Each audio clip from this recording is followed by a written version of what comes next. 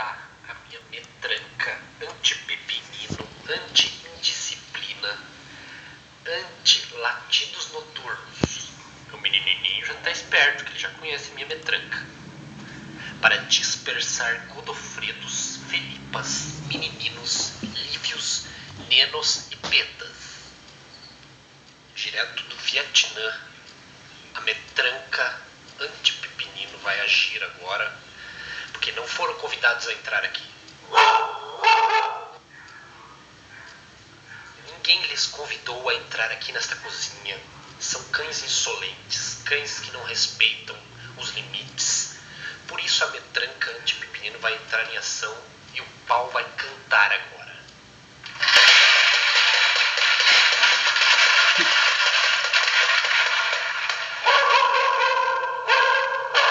Aqui está o resultado da medida disciplinatória da metranca anti-pepinino. Observem, os cães agora estão calmos, relaxados e disciplinados. Já não é dona, menina.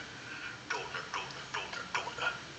Até o Godofredo sossegou o facho.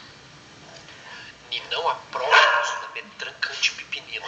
Vamos dispersar essa cambada aqui, Ninão. Vamos dispersar essa cambada. Não é? Estamos protegidos.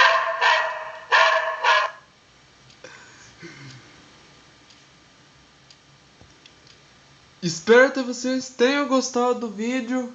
Deixe seus comentários, clique em gostei, favorite, espalhe nas redes sociais. Até o próximo vídeo. Tchau!